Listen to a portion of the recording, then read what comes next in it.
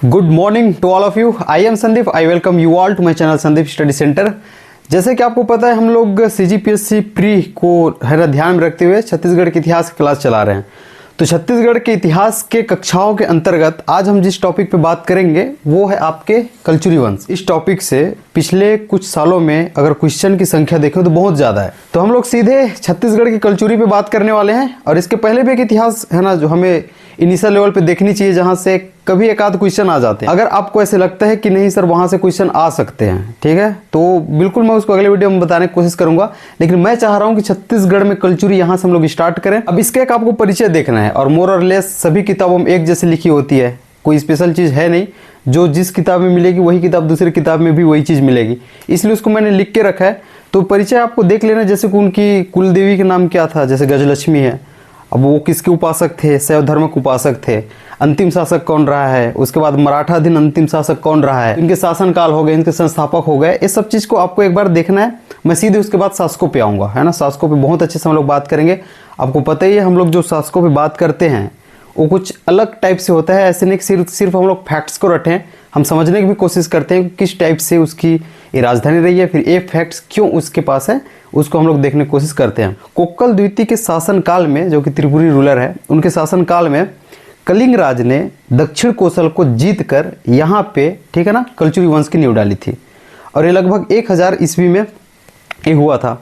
उसके बाद इसके संस्थापक कौन हो गए, ठीक है, कलिंग राज को माना जाता है। तो इसके संस्थापक कौन है, कलिंग राज है।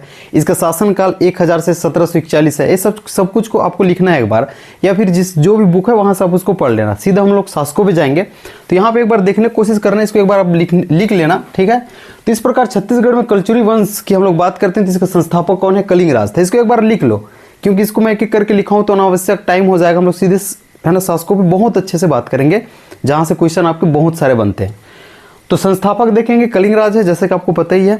उसके बाद यहाँ इसकी राजधानी, इसके पहले अब क्या देखना है, इसके शासनकाल भी देख लेना है, 1000 से 1741 ईस्वी, इसको एक बार देख लेंगे, है ना। राजधानियां आपको याद रखना है और जैसे जैसे क्लासेस आगे बढ़ेगी या फिर है ना चीज़ें आपको समझ में आएंगी या फिर शासकों के बारे में हम लोग पढ़ेंगे, ये सब चीज़ें आपकी क्लियर होंगी। जैसे राजधानियां मैंने लिखा है, शाखा रतनपुर या फिर रतनपुर शाखा की राजधानी पहली तुमाड़ थी, दूसरा रतनपुर, तीसरा है ना कुसगई। ये सीधी लाइन पे है। तो ये जो राजधानियां हैं इसको देखना है आपके। सबसे पहले आपके रतनपुर शाखा के पहली राजधानी मैंने कहा, क्या कहा है आपको, तुमाड़ थी, इसको अभी छोड़ दो। दूसरी रतनपुर, उसके बाद आगे जाएंगे, आगे चल के आपको कुसगई इसकी राजधानी मिलेगी। लेकिन सवाल उठता है तुमाड़ से या फिर तुमाड़ राजधानी में, ठीक है, या फिर तुमाड़ में रहते हुए किसने किसने शासन किया है। तो 3 है। सबसे पहले कलिंग राज है, इसकी राजधानी तुमाड़ थी। दूसरा आपको पूछा जा सकता है कमल राज, इसकी भी राजधानी तुमाड़ थी। रत्नदेव प्रथम तुमाड़ से शासन करने वाला अंतिम शासक था। इसका मतलब यह है कि रत्नदेव प्रथम की है ना इसकी जो राजधानी तुमाड़ रही है, ठीक है। इसके बाद राजधानी चेंज होती है और इसीलिए चेंज किया है। ये रतनपुर की है ना, रतनपुर शहर है, इसकी स्थापना करेंगे और इस प्रकार रतनपुर को अपनी राजधानी बनाएंगे। क्लियर है। तो यहीं से चीज़ चेंज हो जाता है। तो दूसरी राजधानी है रतनपुर, जो कि रत्नदेव प्रथम की होती है, ठीक है। उसके बाद से चलते रहता है। फिर छुरी कुसगई आपकी तीसरी राजधानी आपको याद रखना है, जो कि बहारेंद्र शाह किया। क्लियर है। आगे आपको और मिलेगा, है ना। जैसे हम लोग शासकों बात करेंगे, जैसे हमें पढ़ना ही है, कलिंग राज पढ़ना है, कमल राज पढ़ना है, आज जितना भी हो सकता है सभी शासकों पर हम लोग देखने की कोशिश करेंगे। बचेगा उसको अगले वीडियो में देखेंगे। नेक्स्ट है उसी प्रकार से रायपुर शाखा, इनकी एक शाखा रायपुर में भी थी। क्लियर है। वहाँ इसकी राजधानी क्या क्या थी, रायपुर और खल्लारी, इसको आपको देखना है। तो इनिशियल लेवल पे इतनी आप याद रखो। अब एक एक लाइनर आपको पूछा जा सकता है। इसकी कुल देवी गजलक्ष्मी थी, ये शैव धर्म के उपासक थे, ठीक है। इसकी राजभाषा संस्कृत थी, ऑफिशियल लैंग्वेज हुआ संस्कृत। उसके बाद प्रसिद्ध कवि इस समय देखना आप, गोपाल मिश्र आपको देखने को मिलेगा आपकी किताब में भी। ताम्रपत्र की इनकी जो शुरुआत है या फिर इनकी जो ताम्रपत्र है उसकी जो शुरुआत है ओम नमः शिवाय से होती थी। क्लियर है। अंतिम कलचुरी शासक, ये दोनों शाखा, जो कि आपकी रतनपुर शाखा है और रायपुर शाखा है, ये दोनों शाखा के अंतिम कलचुरी शासक आपको याद रखना है। अंतिम कलचुरी शासक रतनपुर शाखा से रघुनाथ सिंह था, ठीक है। और उसके बाद देखेंगे रायपुर शाखा से अंतिम कलचुरी शासक अमर सिंह था, इसको याद रखना है। अब मराठा अधीन, जैसे क्लास बढ़ेगी ये सब कुछ आपको समझ में आएगा। जो आप पहली पेज में लिखोगे, इसके परिचय के तौर पे जो लिख रहे होगे, है ना, इसको तो हालांकि याद तो करना ही है, लेकिन ये चीज़ें और आपको मिलेंगी तो वहाँ पे आसान लगे कि हाँ ये चीज़ हमने क्यों लिखा था। मराठा अधीन प्रथम कलचुरी शासक रघुनाथ सिंह था। उसके बाद इसी प्रकार मराठा अधीन अंतिम शासक आपको देखना है मोहन सिंह, ठीक है। और नोट करके 2 चीज़ लिख लेना। एक, यह वंश है, कलचुरी वंश जो है दक्षिण कोसल पर सर्वाधिक समय तक शासन करने वाला राजवंश है। क्लियर है। दूसरा चीज, छत्तीसगढ़ में इनकी लाहौरी शाखा, सब आपको समझ में आएगा, फिर कह रहा हूँ, यानी इसकी स्थापना लगभग 10वीं शताब्दी में हुई थी। बस ये चीज़ मेरे को है ना आपको बताना था। जनरली मैं ऐसे नहीं करता हूँ कि इस टाइप से बताऊँ, बट मेरे को लगा कि भाई थोड़ा टाइम ज़्यादा हो जाएगा, ठीक है, इस हिसाब से हम लोग सीधे शासकों पर बात करेंगे, है ना, जहाँ से क्वेश्चन आपके ज़्यादा होते हैं। शासकों में भी डायरेक्ट हम आ जाते हैं। कलिंग राज जो कि प्रथम शासक था, इस वंश का संस्थापक था, जिसकी राजधानी तुमाड़ थी, जैसे आपने देखा है। ये सब क्लियर आपकी अब होती जाएंगी। तो पहला आपको जो शासक रहेगा वो है, ठीक है, कलिंग राज, उसको आपको देखना है, ठीक है, कलिंग राज। कलिंग राज का अब एक एक करके यहाँ से नोट करने स्टार्ट करना है, या फिर आपके जो बुक में जो भी फैक्ट्स दिए हुए हैं, है ना, वहाँ पे अगर यहाँ से आपको अलग मिलता है तो उसको नोट करके लिख लेना। कलिंग राज, इसके जो शासनकाल है वो 1000 से 1020 ईस्वी तक रहा है। इसका शासनकाल 1000 से 1020 ईस्वी तक रहा है। कलिंग राज इस वंश का प्रथम शासक था, ठीक है, और इस वंश का संस्थापक था। कलचुरी वंश का, ठीक है, जो रतनपुर शाखा की हम लोग जो बात कर रहे हैं, इस वंश का यह प्रथम शासक था और इस वंश का वह संस्थापक था। क्लियर है, पहला चीज एकदम क्लियर हुई। इसकी राजधानी तुमाड़ थी, आपको याद रखना है, इसकी राजधानी क्या थी, तुमाड़ थी। और तुमाड़ के बारे में लिख लेना, तुमाड़, ठीक है ना, कलचुरियों की आरंभिक या फिर प्रथम राजधानी थी, जो कि कहाँ बात कर रहे हैं हम लोग, छत्तीसगढ़ में बात कर रहे हैं, रतनपुर शाखा की हम लोग बात कर रहे हैं। क्लियर है। कलिंग राज 1000 से 1000 ईस्वी तक शासन करते हैं। दूसरा चीज, प्रथम शासक है कलचुरियों की। दूसरा, और इसके अनदर चीज आप देखेंगे तो इस वंश के संस्थापक है। इसके आगे आपको देखना है, इसकी राजधानी तुमाड़ थी। मैं कम इसलिए लिख रहा हूँ, है ना, थोड़ा सा दिक्कत हो रही है मिटाने में, आप आवाज को सुन के एक एक करके देखेंगे। इसकी राजधानी तुमाड़ थी, है ना, तुमाड़ कलचुरियों की आरंभिक या फिर प्रथम राजधानी थी। इसकी जानकारी का स्रोत बहुत ज़्यादा इंपॉर्टेंट है। इसकी जो जानकारी के स्रोत है वो दो चीज़ हमें मिलता है, एक है अमोदा ताम्रपत्र, आपने देखा होगा बुक में। दूसरा है, ठीक है, रतनपुर का शिलालेख, जो कि आपके जाजलादेव का होता है। अब इसमें इतने भी नहीं, ठीक, इसको पूरा लिख लेना, रतनपुर का शिलालेख पूरा लिखना। इसके जानकारी के स्रोत, इसके बारे में हमें जानकारी जो है अमोदा ताम्रपत्र से प्राप्त होती है, दूसरा और रतनपुर शिलालेख से प्राप्त होती है। लेकिन इसके आगे आपको देखना है, जो अमोदा ताम्रपत्र है ये इस वंश के पृथ्वीदेव प्रथम का है, ब्रैकेट करके लिख लेना, पूरा लिखना। और जो रतनपुर शिलालेख की हम बात कर रहे हैं ये इस वंश के जाजलादेव प्रथम का है। क्लियर है। तो अब तक आपने बात करी है कलिंग राज में, फिर इसलिए बार बार जा रहा हूँ, 1000 से 1020 ईस्वी तक है, ताकि आप किसी चीज को मिस ना करें। क्लियर है। प्रथम शासक था इस वंश का, ये संस्थापक था। दूसरी चीज मैंने कहा है कि his capital was Tummar which was the first or initial capital of Kalachuri, ठीक है, इन छत्तीसगढ़। दूसरा चीज है, और इस, है ना, छत्तीसगढ़ में कलचुरियों के संस्थापक है ना, इसको आपको नहीं भूलना है। दूसरा चीज मैंने कहा है, इनके जो जानकारी के स्रोत है, सोर्स ऑफ इंफॉर्मेशन, दो चीज हमें प्राप्त होती है, अमोदा ताम्रपत्र, ठीक है, किसका, पृथ्वीदेव प्रथम का, और दूसरा है रतनपुर शिलालेख, जो कि जाजलादेव प्रथम का है। क्लियर है। अमोदा ताम्रपत्र से हमें यह ज्ञात होती है, याद रखना, जो अमोदा ताम्रपत्र की बात कर रहे हैं, इससे यह ज्ञात होती है कि जो कलिंग राज है, इन्होंने सिर्फ तुमाड़ विजित किया था, सिर्फ तुमाड़ को इन्होंने जीता था, पहला चीज। दूसरा, अमोदा ताम्रपत्र से यह ज्ञात होता है कि इन्होंने तुमाड़ में शासन करते हुए, इसको अच्छे से लिख लेना, ठीक है, लिख लेना, है ना, तुमाड़ में शासन करते हुए शत्रुओं का नाश किया या फिर शत्रुओं को उन्होंने मिटाया, ठीक है, और अपने राज्य की वैभव में वृद्धि की। ये तो पहला चीज हो गया, किसके बारे में, अमोदा ताम्रपत्र से जो हमें ज्ञात हुआ है, किसके बारे में, जो आपके कलिंग राज के बारे में। अब ये पहला चीज आपको समझ में आ गया है, मैं रिटर्न जाऊंगा। अब रतनपुर शिलालेख से हमें क्या प्राप्त होती है, रतनपुर शिलालेख में क्या उल्लेख है उसको देखना बहुत इंपॉर्टेंट है। रतनपुर शिलालेख में जो उल्लेख है उसको आपको देखना है।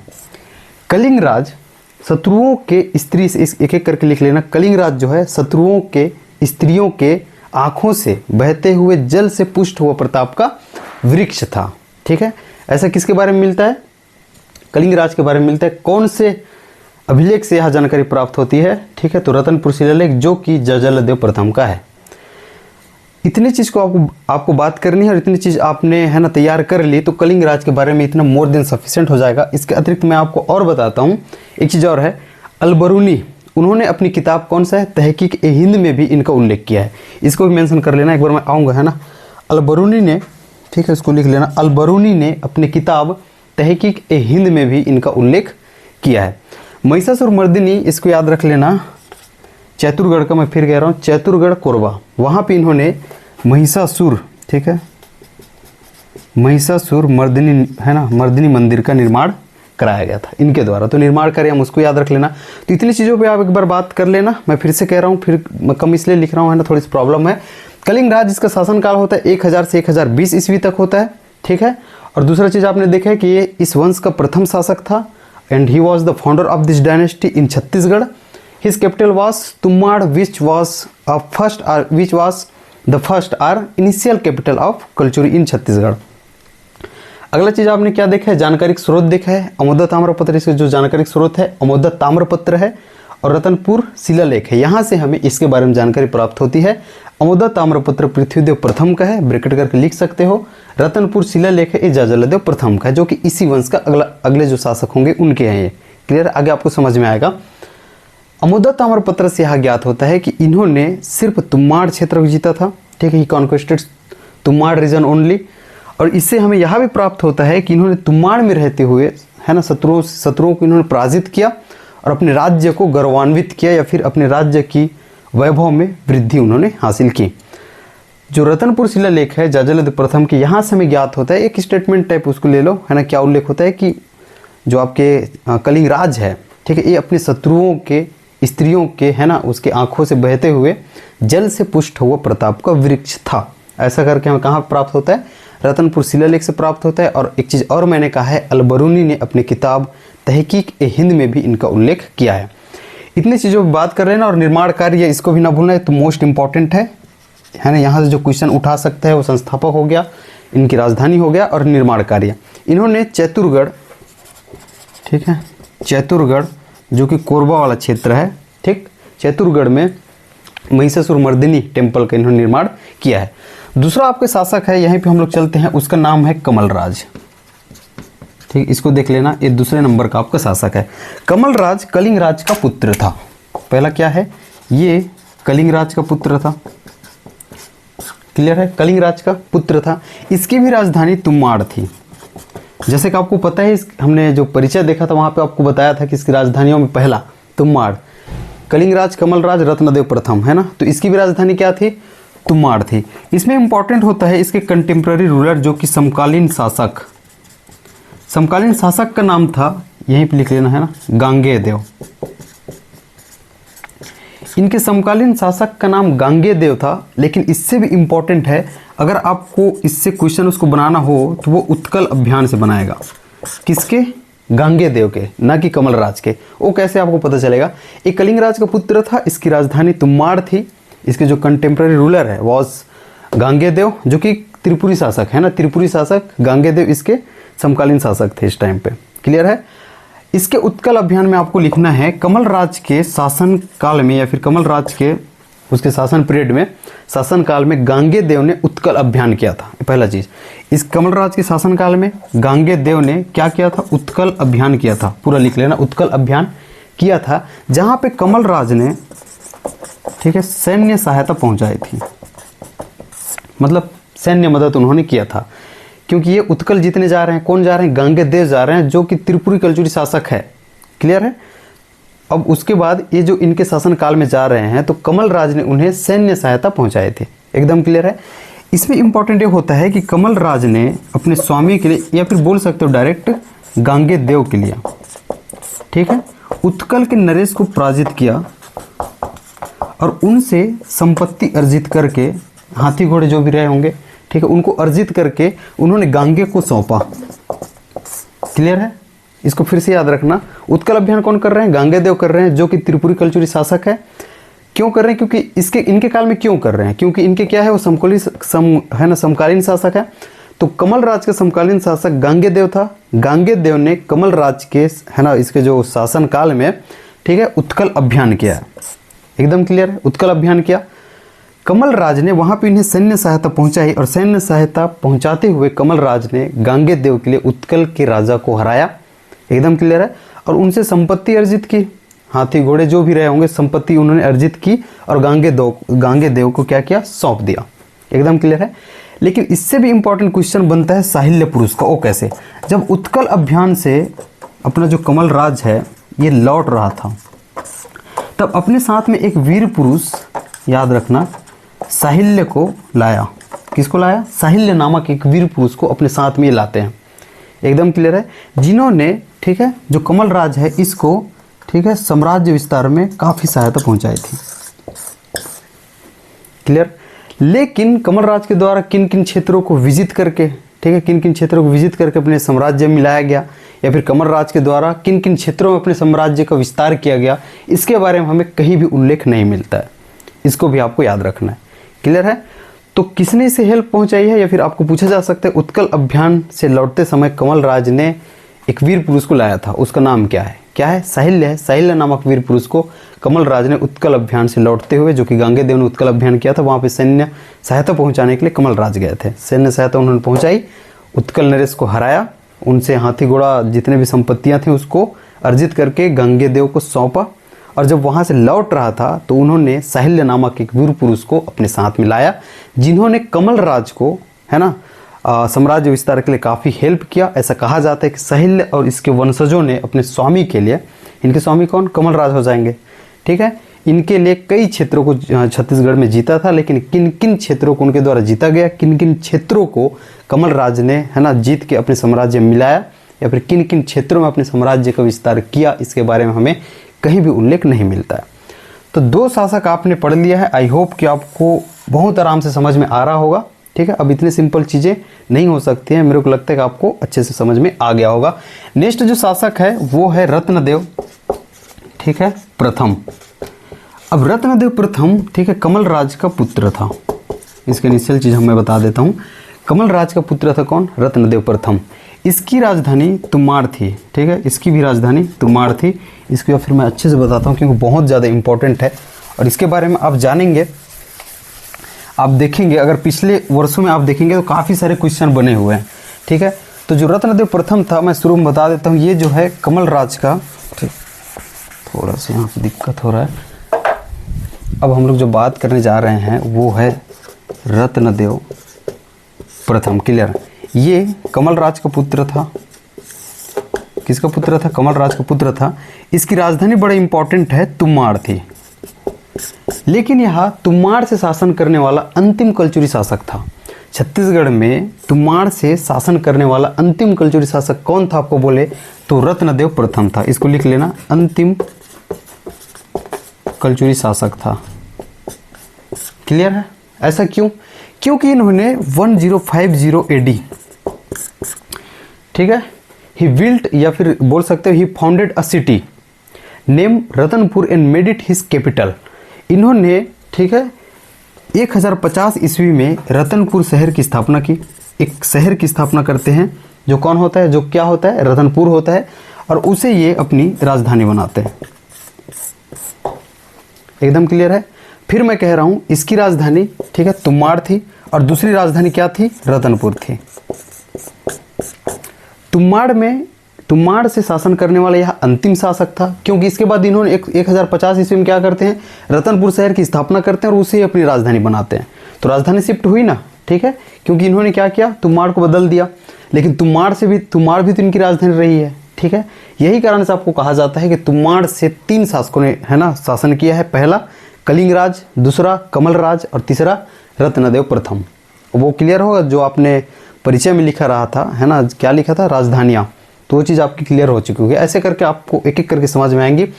तो ये चीज़ आपको याद रखना है। इस प्रकार इसकी राजधानी आपको समझ में आ गया है, रतनपुर, ठीक है, जो कि 1050 ईस्वी में इस शहर की स्थापना करके उसकी राजधानी ये बनाते हैं। आगे इंपॉर्टेंट हो जाता है इनका विवाह। इनकी पत्नी का नाम नोनल्ला थी। क्लियर है? इनकी पत्नी का नाम क्या थी? नोनल्ला थी। अब इनके साम्राज्य विस्तार में जाते हैं, जो कि बहुत इंपॉर्टेंट है, काफ़ी प्रसिद्ध शासक था। ठीक है, ये काफ़ी प्रसिद्ध शासक था, और इनके प्रसिद्धि के मुझे 2 कारण नज़र आते हैं। वो 2 कारण होता है, एक है इनके साम्राज्य विस्तार और दूसरा है निर्माण कार्य। कोई भी शासक देखेंगे, उनके प्रसिद्ध होने के कारण क्या रहेंगे, उनके विकासात्मक कार्य, कितना उन्होंने विकास किया, कितने क्षेत्रों में, है, उस टाइम का आप देखेंगे तो उनका साम्राज्य विस्तार उन्होंने कितना किया और कितना उन्होंने जन कल्याणकारी कार्य के या फिर विकासात्मक कार्य के, उनके कारण होते हैं प्रसिद्धि के। ये काफ़ी प्रसिद्ध शासक था। इनके प्रसिद्धि के मुझे 2 कारण, ठीक है, नज़र आते हैं। एक है इनके साम्राज्य विस्तार, ठीक है, बड़े आराम से इसको समझेंगे। और दूसरा है इनके निर्माण कार्य।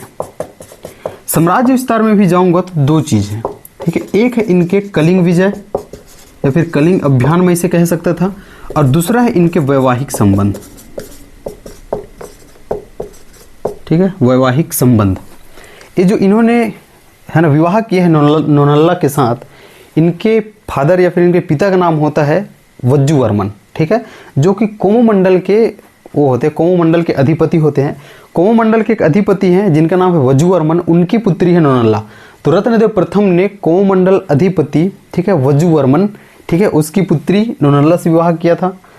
और वज्जुवर्मन का कोई भी उत्तराधिकारी नहीं था। यही कारण है कि वज्जुवर्मन का जो क्षेत्र था उत्तर पूर्वी बिलासपुर हो गया, या फिर आप देखोगे पेंड्रा वाला क्षेत्र हो गया, ठीक है, वो इनको प्राप्त हो जाता है। इस प्रकार इनके क्या हो जाते हैं, साम्राज्य विस्तार वहाँ भी चला जाता है। लेकिन याद रखना, हम लोग कलिंग विजय की बात करते हैं। इन्होंने जो आपके रत्नदेव प्रथम है, ठीक है, इसको अच्छे से लिख लेना। रत्नदेव प्रथम ने कलिंग अभियान किया और इन्होंने 1055 ईस्वी में, इसको अच्छे से देखना, 1055 ईस्वी में, ठीक है, महाभौगुप्त, ठीक, महाभौगुप्त, ये सोमवंशी शासक है ना, याद रखना, सोमवंशी शासक महाभौगुप्त चतुर्थ, जिसे जो कि उद्योत केसरी है, मैं आपको बताया था, सोमवंश में मैंने आपको बताया था। इन्होंने कलिंग विजय के दौरान 1055 ईस्वी में सोमवंशी शासक महाभौगुप्त चतुर्थ, जो कि कौन है, उद्योत केसरी, इसको हराया, ठीक है, और इन्होंने कलिंग को जीता। He conquested Kalinga region by defeating Mahabhavagupta fourth, that is Udyot Kesari. उसके बाद इनके वैवाहिक संबंध के बारे में मैंने बता दिया। इन्होंने कोमुमंडल, है ना, याद रखना, कोमुमंडल अधिपति वज्जुवर्मन, ठीक, इसकी पुत्री नोनल्ला से विवाह किया था, ठीक है, नोनल्ला से इन्होंने विवाह किया था। चूंकि वज्जुवर्मन हैड, ठीक है, नो सक्सेसर, ठीक है, उनका कोई उत्तराधिकार नहीं था, ठीक है, यही कारण है कि उनका क्षेत्र जो उत्तर पूर्वी बिलासपुर है, याद रखना, उत्तर पूर्वी बिलासपुर है, और साथ में आपको याद रखना पेंड्रा, ये क्षेत्र इनके साम्राज्य में मिला लिए जाते हैं। किनके, आपके रत्नदेव प्रथम के साम्राज्य में मिला लिए जाते हैं। इस प्रकार इनका साम्राज्य विस्तार होता है। तो ये तो रहा इनके पहले कारण, क्या का, इनकी प्रसिद्धि का। एक काफी प्रसिद्ध शासक थे, प्रसिद्धि के दो कारण नजर आते हैं, साम्राज्य विस्तार, इन्होंने कलिंग विजय किया, ठीक है, जो कि उद्योत केसरी, उनको हरा के। दूसरा, इन्होंने नोनल्ला से विवाह किया था, नाम ही अलग है नोनल्ला, ठीक है। अब उसके जो फादर हैं वज्जुवर्मन, जो कि कोमुमंडल के अधिपति होते हैं, उनका कोई पुत्र नहीं था या फिर कोई भी उत्तराधिकार नहीं था। यही कारण उनका जो क्षेत्र है अब वो अपनी बेटी को देंगे, ठीक है। इस प्रकार उसे जो है इन्हें मिल गया उनका क्षेत्र, जो कि उत्तर पूर्वी बिलासपुर होता है, और बोल सकते हो पेंड्रा क्षेत्र जो होता है। क्लियर है। तो अगला हम लोग चलते हैं निर्माण कार्य। निर्माण कार्य बहुत ज़्यादा इंपॉर्टेंट है। पहला लिख लेना तुम्माड़ में। इन्होंने तुम्माड़ में क्या किया, इनकी ये आरंभिक राजधानी थी तुम्माड़। आपने देखा है तुम्माड़ से क्या थी, आरंभिक राजधानी थी। उसके बाद इन्होंने 1050 ईस्वी में क्या किया, रतनपुर शहर की स्थापना की, ठीक है। He founded a city name, या फिर he founded Ratanpur city and made it his capital, और उसको इन्होंने क्या बनाया, अपनी राजधानी बनाया, पहला चीज। लेकिन पहले इसकी राजधानी क्या थी, तुम्माड़ थी। तो इन्होंने अपनी आरंभिक राजधानी तुम्माड़ को अलंकृत किया, या फिर इसे अलंकृत करने का श्रेय, ठीक है, किनको जाता है, रत्नदेव प्रथम को जाता है। और इन्होंने यहाँ पे आम्रवन लगाए, इसको पूरा लिख लेना, आम्रवन पुष्पवन यहाँ पे लगाया। साथ में अनेक देवी देवताओं के, इसको अच्छे से आपको देखना है, मंदिरों का ये निर्माण करते हैं। जैसा कि आपने सुना होगा, रत्नदेव प्रथम ने तुम्माड़ में पहला, लिख लो अच्छे से, स्टार भी कर लेना, बंकेश्वर महादेव मंदिर, इसका निर्माण इन्होंने किया था। तुम्माड़ में ही रत्नदेव प्रथम ने रत्नेश्वर, ठीक है, महादेव मंदिर, इसका निर्माण किया था। कहाँ पे किया है, तुम्माड़ में। तो तुम्माड़ के बारे में आपको पूछा जा सकता है। तुम्माड़ को अलंकृत करने का श्रेय रत्नदेव प्रथम को जाता है, तुम्माड़ में ही, ठीक है ना। रत्नदेव प्रथम ने बंकेश्वर महादेव मंदिर का निर्माण किया, बंकेश्वर महादेव टेम्पल है ना, ये जो रत्नदेव प्रथम के द्वारा बनाया गया है। उसके बाद रत्नेश्वर महादेव टेम्पल भी इनके द्वारा बनाया गया है। कहाँ पे, तुम्माड़ में ये बनाया गया है। दूसरा इंपॉर्टेंट है रतनपुर। अब जब तुम्माड़ की बात कर ली है तो रतनपुर में आना। रतनपुर में इन्होंने, याद रखना, रतनपुर को सबसे पहले तो इन्होंने 1050 ईस्वी में रतनपुर शहर की स्थापना की और उसे अपनी राजधानी बनाया। लेकिन याद रखना, ठीक है, पहला चीज़। दूसरा, रतनपुर के महत्व में काफ़ी वृद्धि होने के कारण इसके महत्व में, इसका वह महत्व काफ़ी बढ़ गया, इसलिए इसे चतुर्युगपुर कहा गया, है ना। इसको अच्छे से लिख लेना, इसको है ना सुन के लिखेंगे, चतुर्युगपुर उसे कहा गया, दूसरा इंपॉर्टेंट चीज़ है, इनकी प्रसिद्धि इतनी फैली, जो रतनपुर है इनकी प्रसिद्धि जो है इतनी फैली कि उन्हें कुबेरपुर भी कहा जाने लगा। तो उनकी प्रसिद्धि बढ़ने के कारण उन्हें कुबेरपुर कहा गया, उनके महत्व बढ़ने के कारण उन्हें, है ना, चतुर्युगपुर कहा गया है। और इसके निर्माण किसने किया है? रत्नदेव प्रथम ने 1050 ईस्वी में इसका निर्माण किया है। तो ये तो रहा रतनपुर की बात और ये तुमाड़ की बात, ठीक है। रतनपुर में इतना ही नहीं, आपको और देखना है। एक चीज़ और याद रखना, रतनपुर में, ये आपके लिए होमवर्क ले लो या फिर कमेंट वर्क ले लो, आप कमेंट में इसको जरूर कर सकते हो। पहला, रतनपुर को और क्या क्या नामों से जाना जाता है? आप रामायण काल में देख लो, महाभारत काल में देखो, या फिर ये कहो तो आप त्रेता युग हो गया, सतयुग हो गया, द्वापर युग हो गया, ठीक है, और वर्तमान का भी बता लो आप। तो इस प्रकार से आपको सभी युगों में रतनपुर के नाम आपको याद रखना है, ये पूछा जाता है, ऐसे ही नहीं बोल रहा हूँ, है ना। इसको भी आपको देखना है, ठीक है, कमेंट करके बताना। नेक्स्ट यहाँ पे आपको देखना है 11वीं सदी में एक प्रसिद्ध मंदिर है। 11वीं सदी में इन्होंने प्रसिद्ध, ठीक है, माता महामाया का मंदिर है ना, महामाया मंदिर का निर्माण इन्होंने रतनपुर में किया है, ठीक है। अब जब निर्माण कार्य पे बात कर ही रहे हैं तो एक चीज़ और आपको याद रखना है, ठीक, ये तो रहेगा आपका क्या, प्रसिद्ध महामाया मंदिर। इनके समय में इन्होंने जो है याद रखना, लाफागढ़ में इन्होंने महिषासुर मर्दिनी, जैसे कि हमने पहले कहा था, इन्हें भी कहा जाता है कि इन्होंने भी लाफागढ़ में, है ना, महिषासुर मर्दिनी मंदिर का निर्माण किया है। किसने? रत्नदेव प्रथम ने। अब आगे आपको और याद रखना, ये फिर से मैं एक बार आऊँगा, निर्माण कार्य बहुत इंपॉर्टेंट है, इसको मैं आपको एक बार फिर से बताऊँगा, है ना। यहाँ पर अगर समझ में नहीं आ रहा होगा तो फिर से मैं एक बार बताऊँगा, लेकिन इसके बाद एक चीज़ लास्ट में और लिख लेना। रत्नदेव प्रथम के शासनकाल में, ठीक है, रतनपुर के किले का निर्माण हुआ है। रतनपुर के किले का निर्माण रत्नदेव प्रथम के शासनकाल में हुआ है। इसको आपको अच्छे से देखना है। जहाँ पे रावण की ऐसी मूर्ति स्थापित है, जहाँ पे रावण की ऐसी मूर्ति स्थापित है जो स्वयं को सिर को काट रहा है। क्लियर है? तो लास्ट में आपको याद रखना है, रतनपुर के किले का निर्माण रत्नदेव प्रथम के शासनकाल में हुआ है, जहाँ पे रावण की ऐसी मूर्ति स्थापित है जो स्वयं के सिर को काट रहा है। मैं निर्माण कार्य में फिर से आना चाहता हूँ, ठीक है। याद रखना, निर्माण कार्य में हमने कहा है कि तुमाड़ इनकी आरंभिक राजधानी थी, उसको अलंकृत करने का श्रेय इनको जाता है। वहाँ पे उन्होंने आम्रवन लगाए, पुष्पवन लगाए और उन्होंने अनेक देवी देवताओं का, है ना, उनके मंदिरों का निर्माण किया। ही बिल्ट बंकेश्वर महादेव टेम्पल एट तुमाड़, और उसी प्रकार देखेंगे तो रत्नेश्वर महादेव टेम्पल एट तुमाड़, ये भी इन्होंने किया है। दूसरी चीज़ मैंने कहा है रतनपुर, है ना, रतनपुर शहर का निर्माण इन्होंने 1050 AD, है ना, इस टाइम पे उन्होंने क्या किया है, रतनपुर शहर की स्थापना की और उसे अपनी राजधानी बनाया। अगला चीज़ मैंने कहा है कि इन्होंने, ठीक है, 11वीं सदी में प्रसिद्ध, है ना, इसका निर्माण किया है, प्रसिद्ध माता महामाया मंदिर का निर्माण भी इन्होंने रतनपुर में किया है। याद रखना, रतनपुर को, है ना, क्या कहा जाता है, कुबेरपुर कहा जाता है, रतनपुर को चतुर्युगपुर कहा जाता है। एक चीज़ और याद रखना, रत्नदेव प्रथम ने, ठीक है, रतनपुर में अनेक तालाबों का निर्माण कराया है। इसको लिख लेना, अनेक तालाबों का निर्माण कराया है। इसी कारण रतनपुर को तालाबों का शहर या फिर टंकियों का शहर भी कहा जाता है। इसको भी आप मेंशन कर लेना। आगे चल के मैंने बताया है, ठीक है, एक चीज़ मैंने यहाँ पे और बताया था आपको, लाफागढ़ में इन्होंने महिषासुर मर्दिनी, है ना, इसका निर्माण इन्होंने किया है। और एक चीज़ मैंने इसके बारे में और बताया है, रतनपुर किले का निर्माण, ठीक है, रत्नदेव प्रथम के शासनकाल में हुआ है, जहाँ पे रावण की ऐसी मूर्ति स्थापित है जो स्वयं के सिर को काट रहा है। अगला शासक अब आपका आता है, वो है पृथ्वीदेव प्रथम। पृथ्वीदेव प्रथम के बारे में हम लोग पढ़ेंगे अच्छे से, उसको भी जानने की कोशिश करते हैं कि उनके शासनकाल में क्या क्या ऐसे हुए हैं जो हमें एग्जाम के दृष्टिकोण से याद रखना है। तो पहला आपको देखना है कि वो रत्नदेव प्रथम का, ठीक है, पुत्र था। उसे 21,000 ग्रामों का स्वामी कहा जाता था, ठीक है, उसे 21,000 ग्रामों का स्वामी कहा जाता था।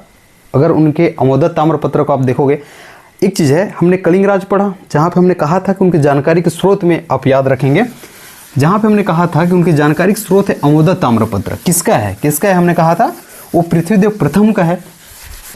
हमने वहाँ पे कहा था रतनपुर शिलालेख है उसकी जानकारी के स्रोत, जो कलिंग राज की हमने बात करी थी, वहाँ कहा था कि वो जाजलदेव प्रथम का है, ठीक है। तो वही वो पृथ्वीदेव प्रथम है जिसकी अमोदक ताम्रपत्र की हमने बात करी थी। तो अगला जो आपका शासक है, ठीक है, पृथ्वीदेव, इसको अच्छे से लिखना है ना, प्रथम, ठीक, पृथ्वीदेव प्रथम। पहला चीज़ मैंने कहा है कि ये रत्नदेव प्रथम का, ठीक है, क्या था, ये पुत्र था। इन्हें अमोदा ताम्रपत्र में याद रखना है, अमोदा, ठीक है, ताम्रपत्र में 21,000 ग्रामों का स्वामी कहा गया है, ठीक है। और पृथ्वीदेव प्रथम के बारे में एक चीज़ मैं और बता देता हूँ। पृथ्वीदेव प्रथम है ना, इसके पहले जो आपका कलिंग राज है, कलिंग राज के बारे में एक चीज़ और बता देता हूँ। उन्होंने परम महेश्वर, ठीक है ना, उसकी उपाधि को धारण की थी। ही होल्ड द टाइटल ऑफ परम महेश्वर। उसको ऐड कर लेना कहाँ पे, कलिंग राज में जाके, है ना, कि उन्होंने परम महेश्वर की उपाधि धारण की थी। अब हम लोग चलते हैं पृथ्वीदेव प्रथम में। पृथ्वीदेव प्रथम याद रखना रत्नदेव प्रथम का पुत्र था। अमोदा ताम्रपत्र में इन्हें 21,000 ग्रामों का स्वामी कहा गया है। इतने ही नहीं, इनके जो है इसके अतिरिक्त ताम्रपत्र आपने देख लिया, अमोदा ताम्रपत्र इनका है। जानकारी का स्रोत क्या है, अगर आपको पूछे पृथ्वीदेव प्रथम का, तो अमोदा ताम्रपत्र है। इसके अतिरिक्त आपको याद रखना है रायपुर ताम्रपत्र, मैं फिर से आऊँगा ना, रायपुर ताम्रपत्र हो गया, ठीक है, लाफागढ़ हो गया, और एक है आपके भाटापारा, ठीक है। ये ताम्रपत्र भी इनके इंपॉर्टेंट है।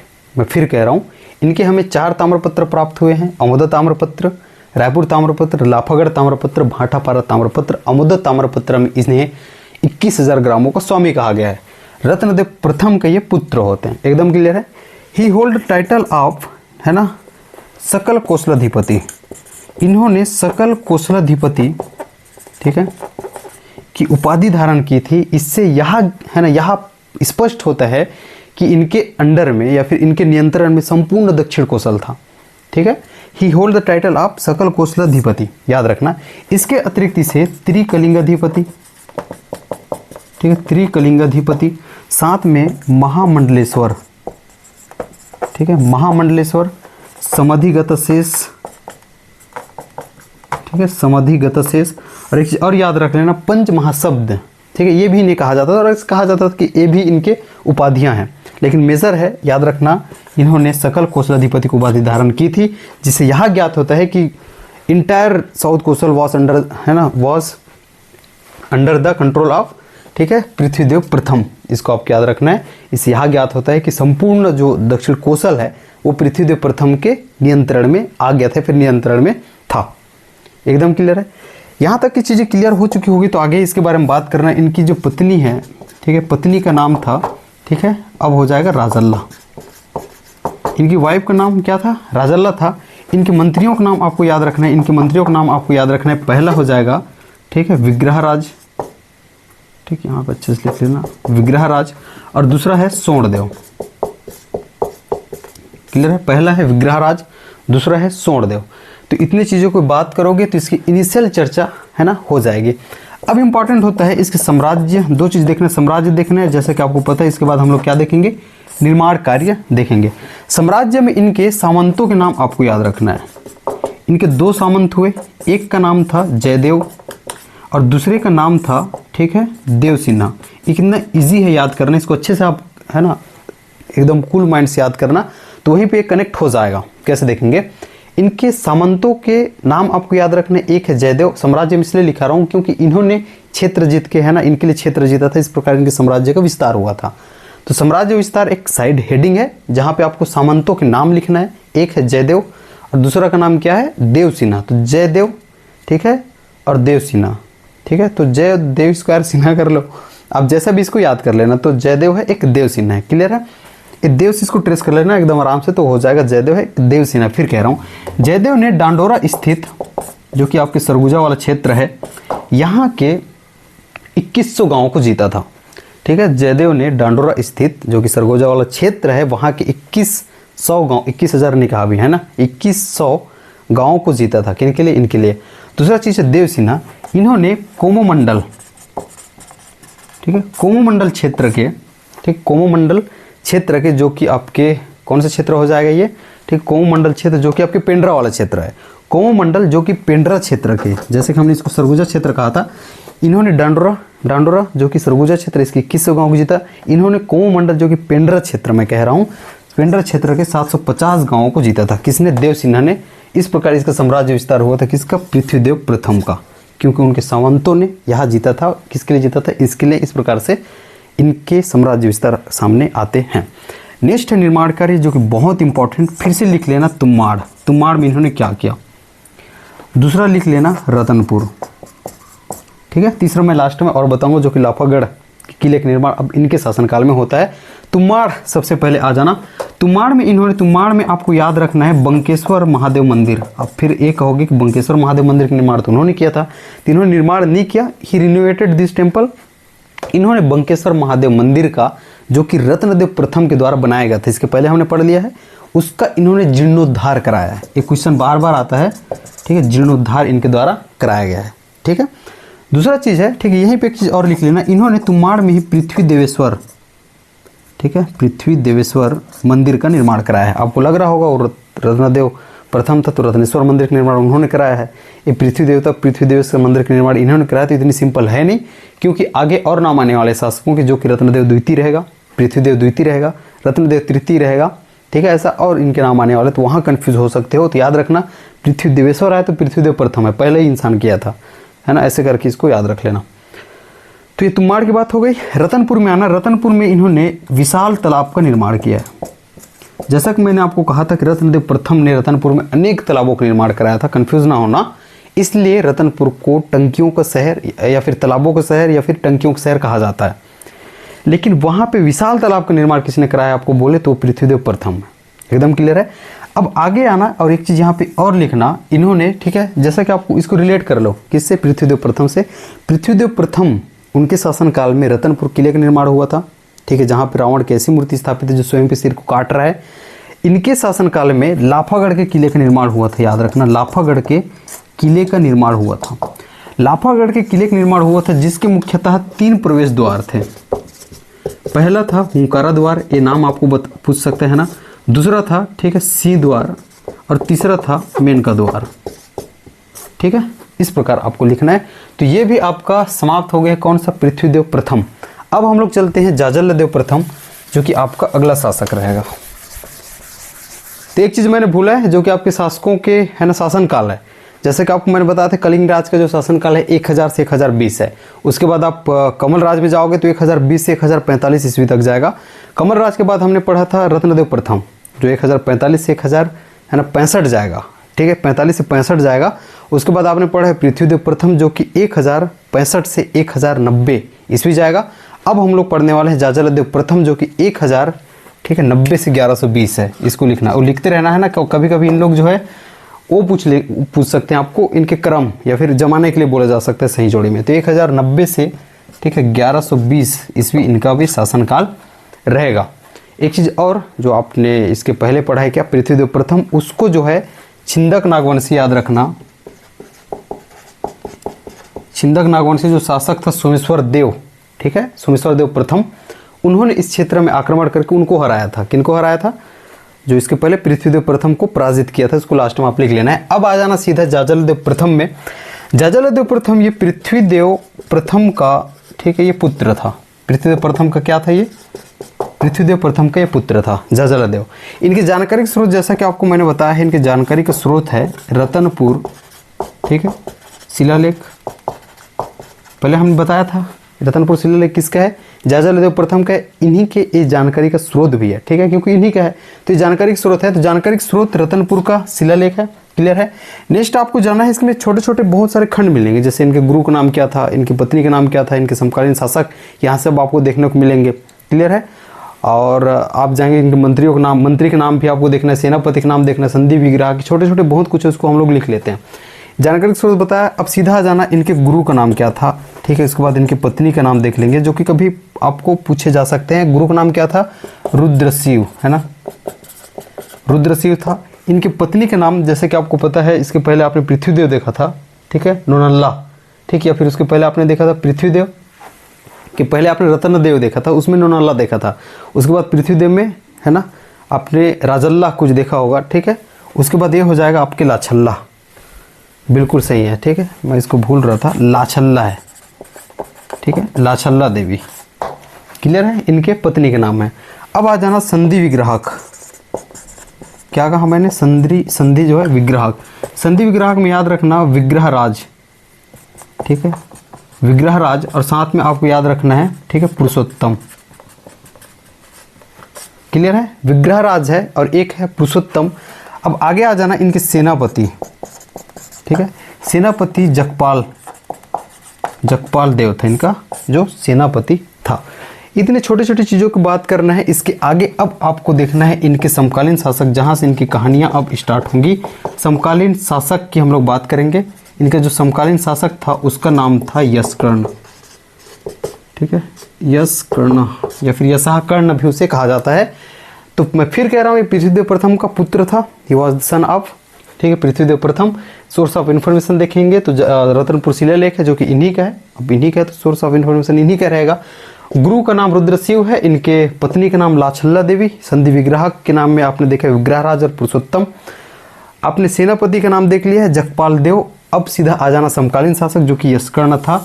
याद रखना जाजलदेव प्रथम ने अब तक सभी शासकों ने, इसके पहले आपने देखा है उन्होंने जो है, आपको याद होगा कि ये अधीनता स्वीकार्य थे त्रिपुली शासकों का, ठीक है, तभी तो उनके लिए काम कर रहे हैं। कोई उत्कल अभियान जा रहा है तो उनके लिए फिर वो लड़ने जा रहा है, वहाँ पे सैन्य मदद पहुँचा रहा है, किया था।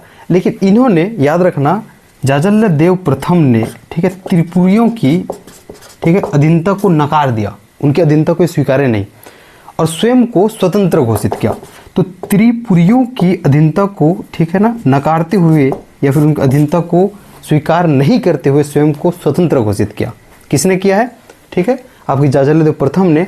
और इस प्रकार उन्होंने, ठीक है, सोने एवं तांबे के सिक्के चलाए।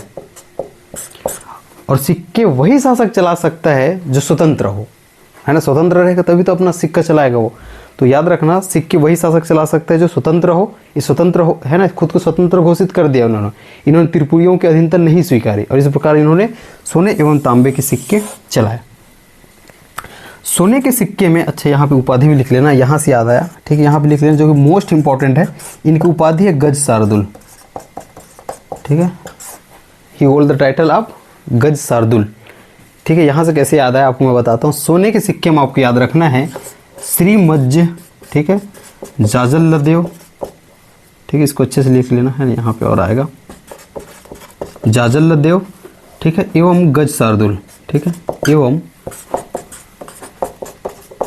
गज शार्दुल। सोने के सिक्के में श्रीमद जाजलदेव एवं गज शार्दुल अंकित था, ठीक है। आगे जाएंगे तांबा के सिक्का। तांबे के सिक्के में याद रखना हनुमान की आकृति अंकित थी, ठीक है। तो दो चीज मैंने कहा है, सोने के सिक्के में श्रीमद जाजलदेव एवं गज शार्दुल है ना अंकित था। गज शार्दुल क्या है? ठीक है, इनकी उपाधि है, क्लियर है, जो कि आपको उपाधि अलग से भी लिखना है। और श्रीमद जाजलदेव अपने नाम है ना, नाम क्या किया श्रीमद जाजलदेव ऐसे लगा, उसका भी एक अलग अर्थ रहा होगा। दूसरा चीज गज शार्दुल, ये जो है इनके सोने के सिक्के में अंकित है। और सिंबल ऑफ हनुमान, ठीक, was mugged on their copper currencies. तो आपको इसको भी याद रखना है, हनुमान की आकृति उनके, है ना, आप बोल सकते हो तांबे के सिक्के में अंकित थी। ये तो रहा इनके सिक्कों की बात और इनकी, है ना, स्वतंत्रता की बात, या फिर खुद को ये स्वतंत्र किया। आगे आते हैं हम लोग साम्राज्य विस्तार में। इनके साम्राज्य कहाँ कहाँ पे था, और एक जाएंगे हम लोग निर्माण कार्य। इसी प्रकार से आपको बांट के पढ़ना है, और जहाँ से बहुत सारे क्वेश्चन आते हैं। साम्राज्य विस्तार में याद रखना, ठीक है, मिटता नहीं है तो फिर मिटाने के लिए और नहीं होता है। साम्राज्य विस्तार में आपको याद रखना है दो चीज़, एक इनके विजय अभियानों के द्वारा जीते गए क्षेत्र, ठीक है, विजय अभियानों से। और बुक में आपको लिखा मिलेगा प्रथम विजय अभियान से इन्होंने बैरागढ़, ठीक है ना, बैरागढ़ जो कि चंद्रपुर वाला है, लंजिका जो कि आपका है ना लंजिका, उसको जीता इन्होंने, ठीक है। उसके बाद तलहारी मंडल हो गया, इसको इन्होंने जीता था। तो ये प्रथम विजय अभियान के दौरान उन्होंने जीता, क्लियर है। द्वितीय विजय अभियान के दौरान इन्होंने आंध्र को जीता, खिमड़ी हो गया, मिदनापुर हो गया, इसको जीता। ऐसा कैटेगरी वाइज आपको मिल सकता है, डायरेक्ट याद रखना विजय अभियानों से इन्होंने, ठीक है, जैसे कि आपको पता है बैरागढ़, ठीक है, बैरागढ़ हो गया, ठीक है, लंजिका हो गया, तलहारी मंडल हो गया, ठीक है। तलहारी मंडल जो कि आपके मल्हार वाला क्षेत्र है, ठीक है, बैरागढ़ चंद्रपुर वाला क्षेत्र है, और लंजिका, ठीक है, इसको मैं, ठीक, सामने लिख दूंगा स्क्रीन में। उसके बाद भंडार को भी इन्होंने जीता था। तो ऐसे करके इसके जो है बहुत सारे क्षेत्र इन्होंने विजय अभियानों से जीता। साथ में आपको याद रखना है क्या जीता है, आंध्र क्षेत्र को जीता है, खिमड़ी को इन्होंने जीता, खिमड़ी के साथ एक चीज़ और याद रखना मिदनापुर, इसको भी जीता। लेकिन इतने सारे अच्छे अच्छे फैक्ट्स हैं, ये शायद ही पूछे, लेकिन इसके बाद इंपॉर्टेंट साम्राज्य विस्तार में, ठीक है, यहीं पर इसको भी देख लेना। इन्होंने सोमेश्वर देव